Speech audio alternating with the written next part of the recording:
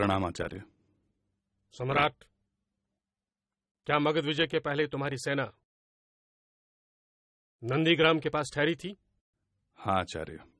क्या तुम्हारी सेना ने ग्रामवासियों से अन्न लिया था? हाँ आचार्य। क्या उसका मूल्य चुकाया गया? शायद नहीं। हाँ या नहीं?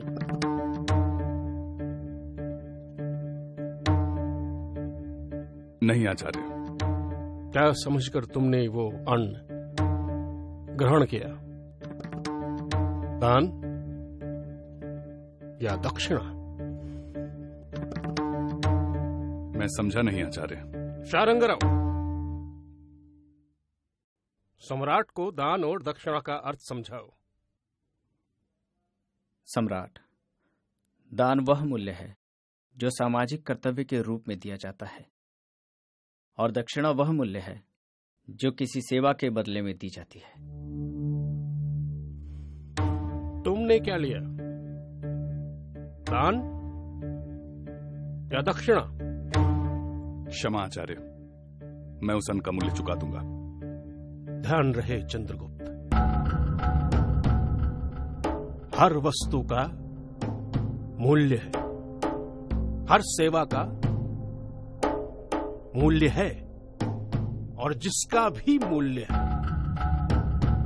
वो अर्थ है, और धर्म और काम अर्थ पर ही निर्भर है।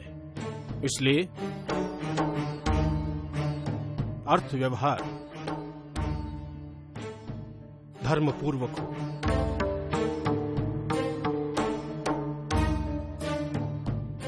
बिना मूल्य दिए दूसरे का द्रव्य लेना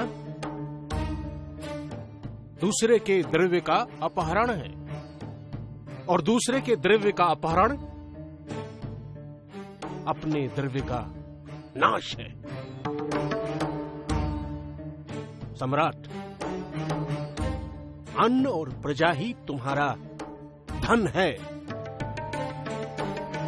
और अन्न का प्रजा से संबंध है। बात समझ में आई? हाँ आचार्य। अब तुम जा सकते हो। यही बात आचार्य मुझसे एकांत में भी कह सकते थे, पर नहीं, मुझे अपमानित करने में उन्हें आनंद आता है। सम्राट, आप आचार्य को गलत समझ रहे हैं।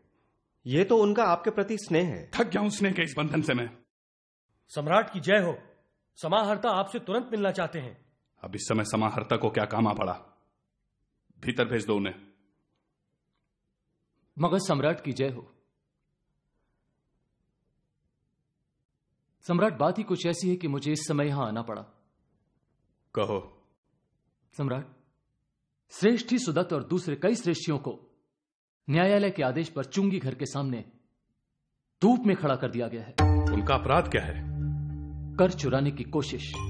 समाज के प्रतिष्ठित व्यक्तियों को समाज के सामने लज्जित किया जा रहा है, और मुझे इस बात की सूचना तक नहीं। क्या आचार्य को इसकी सूचना है? आचार्य विष्णुगुप्त के आदेश पर ही उन्हें यह दंड दिया गया है। मैं आचार्य से मिलना चाहता हूं इसी समय। जो आज्ञा सम्राट।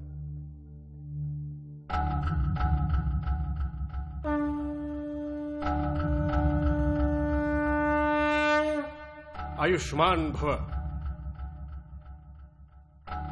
कहो, कुछ कहना चाहते हो या कुछ पूछना चाहते हो? आचार्य, प्रथम आसन तो ग्रहण करें। शिष्टाचार में समय गंवाने का मेरे पास समय नहीं है सम्राट। जो पूछना है सीधे पूछो। आचार्य के पास मेरे लिए समय नहीं है। आचार्य के पास जो समाज को धन देते हैं उनके लिए भी समय नहीं है। मेरी समझ में नहीं आ रहा है कि आचार्य किसकी चिंता में व्यस्त हैं। समाज की। मेरे लिए व्यक्ति नहीं, देश महान है।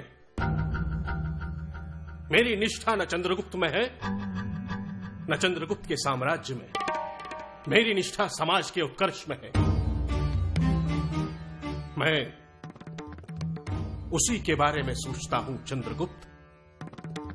इसीलिए मैं कर का चिंतन करता हूं। इसीलिए मैं दान का चिंतन करता हूं। स्मरण रहे चंद्रगुप्त, समुद्र से जल भाप बनकर बादल बन जाता है, फिर वही बादल वर्षा की बूंदें बनकर जल जल में मिल नदियां बन सागर बन जाता है। वही जल अर्थ है, कर वही अर्थ है जो राज्य का आधार है, और दान वही अर्थ है जो समाज का आधार है। ये समाज ही सागर है। यदि सागर का जल सागर में न मिले तो अर्थ अनर्थ है। इसीलिए राजा कर लेता है और समाज दान देता है। जिस मगध में प्रतिष्ठित श्रेष्ठी कर नहीं चुकाते, ऐसे मगध में एक ऐसा अपरिग्रही ब्राह्मण भी रहता है जो भिक्षा में मिले अन्न को भी सूर्यास्त से पहले बांट देता है ताकि वो किसी की भूख मिटा सके। बताओ चंद्रगुप्त, मैं किसका सम्मान करूं? कम से कम में जीने वाले उस आचार्य का, या कर न चुकाने वाले उन प्रतिष्ठित श्रेष्ठियों का?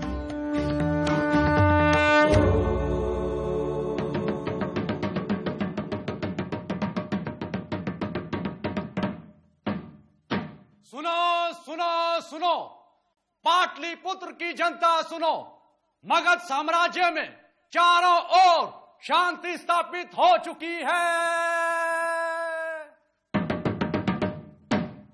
महाराज धननंद के पूर्व मंत्री अमात्य राक्षस ने सम्राट चंद्रगुप्त का मंत्री बनना स्वीकार कर लिया है।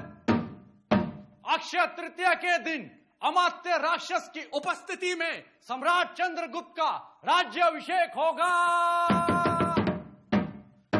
सभी नागरिक इस समारोह के उत्सव में आमंत्रित हैं। सुनो सुनो सुनो।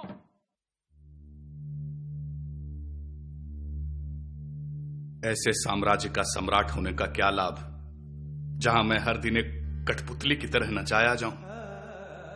अपनी इच्छा से उठ नहीं सकता, अपनी इच्छा से बैठ नहीं सकता, अपनी इच्छा से प्रेम नहीं कर सकता, अपनी इच्छा से विवाह नहीं कर सकता। मेरा विवाह भी आचार्य के लिए एक राजनीति है। जब से यहां आया हूं, चैन से कमरे में सो तक नहीं सका हूं। कौन हूं मैं? सम्राट या आचार्य विष्णुगुप्त के इशारों पर नाचने वाला एक दास?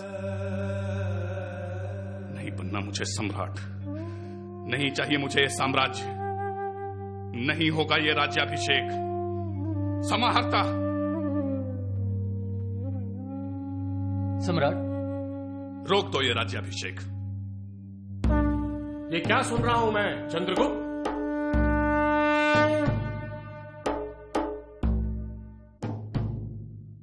आपने ठीक ही सुना है आचार्य, नहीं बनना मुझे मगध का सम्राट। क्यों? जब से यहां आया हूं, अपनी इच्छा से सांस तक नहीं ले सका हूं। आपने मुझे एक महान स्वप्न दिया था, चक्रवर्ती सम्राट का स्वप्न, एक महान साम्राज्य का स्वप्न। परंतु यहां आने के बाद पता चला कि आचार्य विष्णुगुप्त के लिए सम्राट एक वेतन लेने वाले नौकर से बढ़कर कुछ नहीं। तूने ठीक ही समझा है चंद्रगुप्त। मेरे लिए सम्राट समाज के नौकर से बढ़कर कुछ नहीं। तो रखें अपना साम्राज्य, नहीं बनना मुझे सम्राट, यदि यही सुख है सम्राट होने का। चंद्रगुप्त, तुझे सुखी होना है? क्या सम्राटों को सुखी नहीं होना चाहिए? मूर्ख!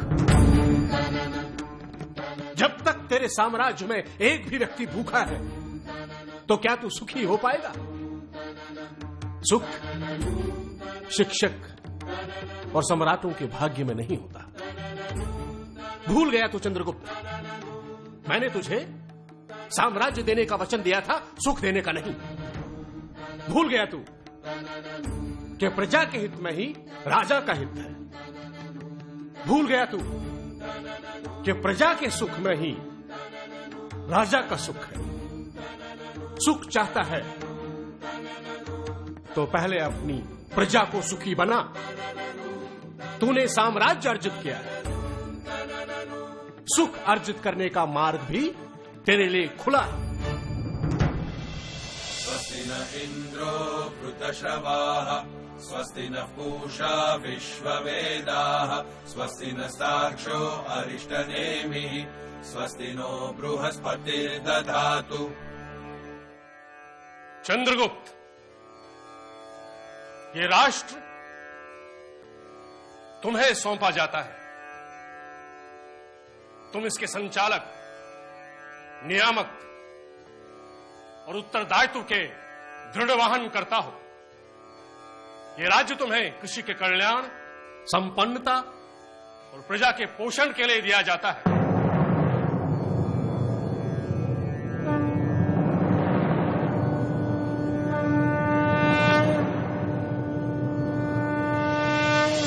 अपने महान गुरु के महान शिष्य चंद्रगुप्त ने अर्थ का ऐसा पाठ पढ़ा कि अपने जीवन के अंत काल में 40 दिन तक अन्न ग्रहण नहीं किया। क्यों?